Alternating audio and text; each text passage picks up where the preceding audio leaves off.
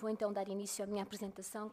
Vou tentar ser o mais breve possível, começando por lembrar que o conto O Capuchinho, portanto, o conto O Capuchinho Vermelho integra os contos de crianças e do lar, o volume dos folcloristas alemães conhecidos como Irmãos Grimm, que foi publicado pela primeira vez em 1812.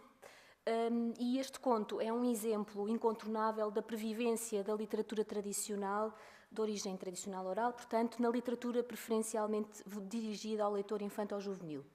Efetivamente, é esta famosa narrativa, assinada pelos Irmãos Grimm, que tem servido de base a inúmeras adaptações, reescritas, reinvenções, tanto do ponto de vista verbal como do ponto de vista da própria construção visual.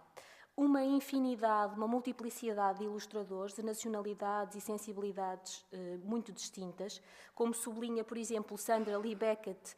Este grupo de ilustradores inclui alguns dos mais importantes ilustradores de livros para crianças do mundo inteiro. Alguns ilustradores, dizia, têm procedido à reilustração do texto em questão, resultando o seu trabalho, não raras vezes, num reconto da narrativa. No âmbito da edição portuguesa, facilmente se conclui acerca do elevado número de exemplares publicados e atribuídos a Perrault e aos alemães, Irmãos Grimm, que desde a segunda metade do século XIX viram uma notória divulgação. Refiro-me apenas a título exemplificativo a Maria Amália Vaz de Carvalho e Gonçalves Crespo, Salomão Sárraga, Henrique Marques Júnior, entre muitos outros. Na verdade, com configurações gráficas e mesmo com uma gramática narrativa muito diversa, até do ponto de vista da qualidade literária, no universo literário português tem prevalecido com maior incidência a reescrita, ora imitativa, ora subversiva, por vezes até paródica, do Capuchinho Vermelho, segundo o paradigma tranquilizador alemão. Surpreendentemente, durante a pesquisa que levámos a cabo para a consecução do presente estudo, não encontramos nenhum exemplar do Capuchinho Vermelho editado em Portugal que alie a reprodução fiel do texto grimiano, portanto, o texto na sua forma mais fidedigna, a uma expressão ilustrativa de autoria portuguesa e com uma construção notoriamente original. E devo dizer que percorremos cerca de 80 exemplares editados em Portugal. Em contrapartida, aquilo que encontramos foi um conjunto de publicações, de volumes, que constituem reescritas, reinvenções, algumas delas até paródicas, deste conto, por exemplo, com ilustrações de André Letria, Richard Câmara ou até de Paulo Arrego, um conjunto de 6 pinturas que deram origem a um texto de Manuel António Pina, que teve uma notória divulgação na altura da sua publicação. Por razões contextuais facilmente compreensíveis, vamos aqui analisar apenas contos ilustrados e não álbuns narrativos, picture storybooks. Selecionámos um conjunto muito restrito de três contos, que tenho aqui expostos. São textos publicados todos depois do ano de 2000 e em todos estes volumes ocorre a inscrição da autoria, portanto, de Grimm. Importa ainda registar uma nota apenas relativamente às 3 obras, à análise das três obras selecionadas. E essa nota diz respeito essencialmente ao facto de todos estes livros integrarem linhas editoriais ou coleções vocacionadas para os pequenos leitores, para leitores infanto-juvenis também. E este aspecto é importante se atendermos ao facto que a primeira edição dos Contos de Grimm, para além de não possuir ilustrações, e integrava, porém, uma longa introdução e várias notas, portanto, para além de não possuírem ilustrações, esses textos editados pelos Irmãos Grimm em 1812 também não eram explicitamente vocacionados para a infância. Aliás, os Grimm têm, de certo modo, uma atitude ambígua relativamente ao público a quem destinam os seus textos. Curiosamente, apesar de não direcionarem, não dirigirem, não dedicarem os seus textos às crianças, ofereceram a várias crianças conhecidas volumes dos seus contos. Zohar Shavit, por exemplo, lembra, ao referir-se explicitamente à leitura dos contos de Grimm por crianças, que Jacob Grimm disse que nunca tivera a intenção de dirigir a obra à infância, embora se sentisse feliz por descobrir que, na verdade, as crianças estavam a lê-la. E a Zohar Shavit cita uma carta de 28 de janeiro de 1813. Estas 3 obras, eu vou fazer uma breve apresentação destas 3 obras, seguindo um critério cronológico e começando, portanto, pelo conto ilustrado por Carmen Segovia. A ilustração da capa, voltando um bocadinho atrás, a ilustração da capa inculca um dramatismo e uma tensão que se estendem à generalidade da construção icónica da obra. Um aspecto corporizado no recurso a vários tons de cinzento, castanho, sépia e passando também pelo negro. O relato respeita de forma bastante fiel a narrativa grimmiana e destas ilustrações, estas 4 ilustrações são meramente exemplificativas. Eu gostava de destacar essencialmente o tipo de postura e de expressão corporal e também de expressão facial.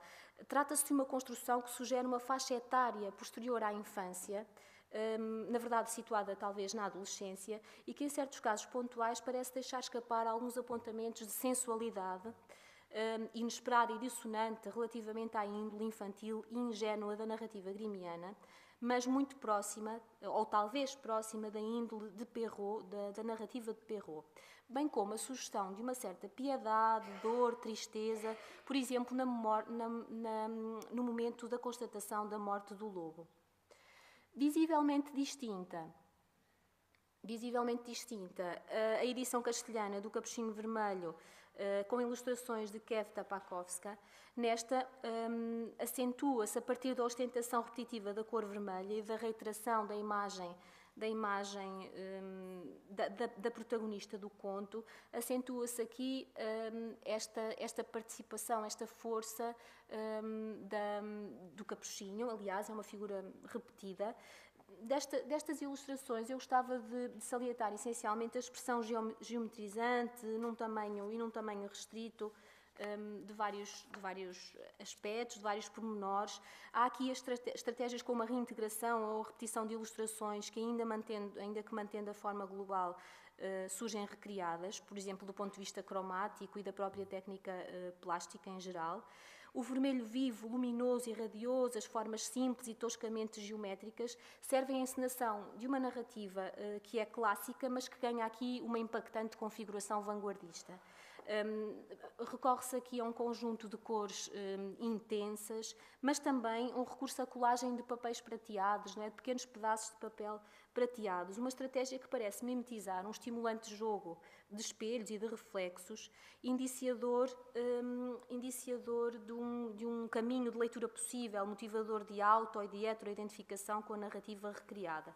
Este é um percurso de leitura bastante estimulante, que permite ao leitor integrar-se na própria ilustração, refletindo a sua imagem nos segmentos espelhados.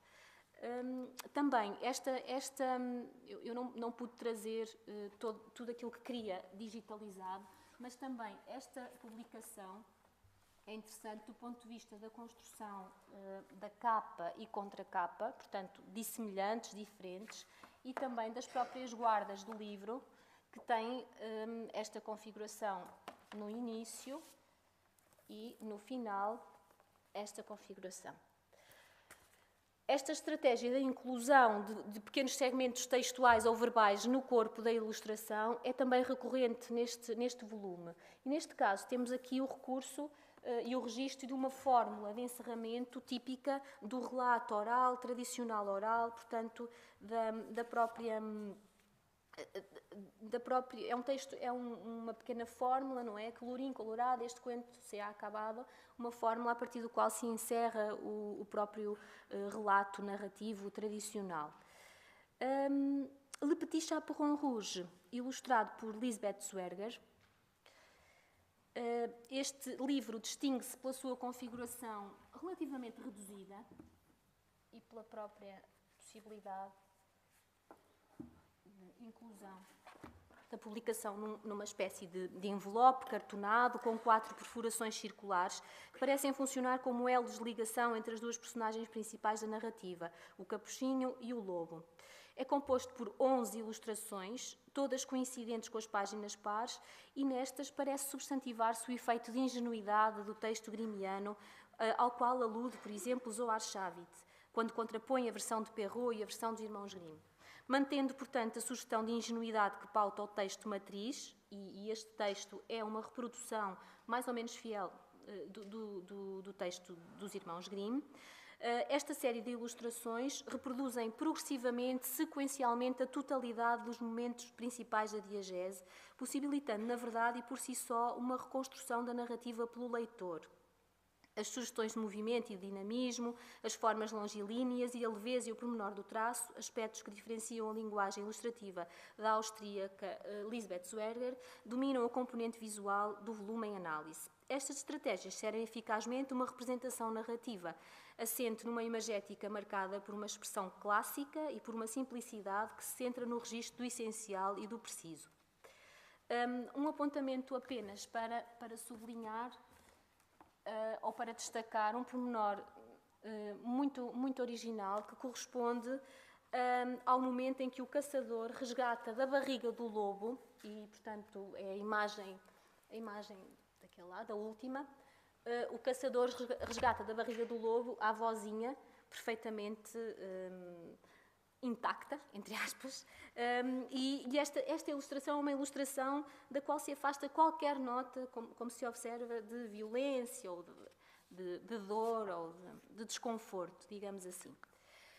Gráfica e expressivamente diferentes, estes volumes dão conta das leituras individuais de cada uma das ilustradoras, materializando as suas escolhas de representação, que, como enfatizámos, ora incidem fundamentalmente nas figuras humanas do conto, ora em aspectos potencialmente simbólicos, aos quais não pude referir-me com pormenor, mas, por exemplo, na ilustração de Carmen Segovia, o recurso à borboleta reiterada, esse pormenor, ou a pormenores relativos ao espaço e ao cenário. A abordagem sucinta e rápida que agora concluímos e o contraponto que procurámos aqui ensaiar confirma o ponto de vista de Sophie van der Linden, que preconiza que a ilustração de contos é efetivamente o domínio no qual se pressente e se pode atestar o estilo de um ilustrador.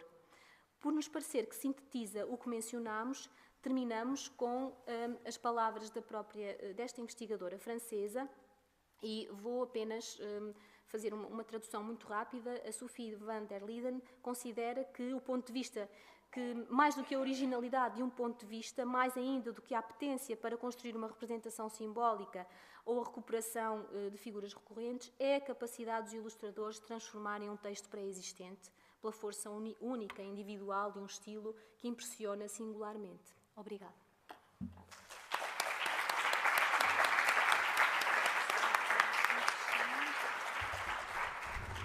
Obrigado a você. Primeira vez em 1812, e este conto é um exemplo incontornável da pervivência da literatura tradicional, de origem tradicional oral, portanto, na literatura preferencialmente dirigida ao leitor infanto-juvenil. Efetivamente, é esta famosa narrativa, assinada pelos irmãos Grimm, que tem servido de base a inúmeras adaptações, reescritas, reinvenções, tanto do ponto de vista verbal, para Henrique Marques Júnior, entre muitos outros. Na verdade, com configurações gráficas e mesmo com uma gramática narrativa muito diversa, até do ponto de vista da qualidade literária, no universo literário português tem prevalecido com maior incidência a reescrita, ora imitativa, ora subversiva, por vezes até paródica, do Capuchinho Vermelho, segundo o paradigma tranquilizador alemão.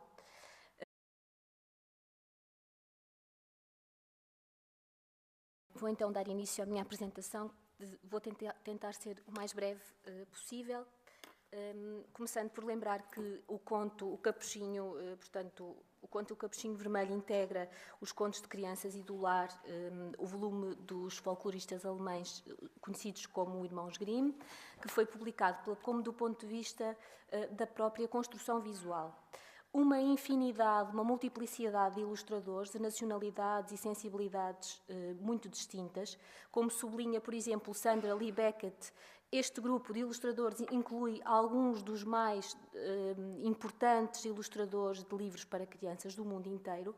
Alguns ilustradores, dizia, têm procedido à reilustração do texto em questão, resultando o seu trabalho, não raras vezes, num reconto da narrativa.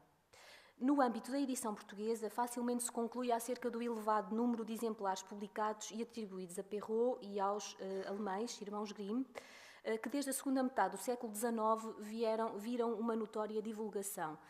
Refiro-me apenas a título exemplificativo a Maria Amália Vaz de Carvalho e Gonçalves Crespo, Salomão Sá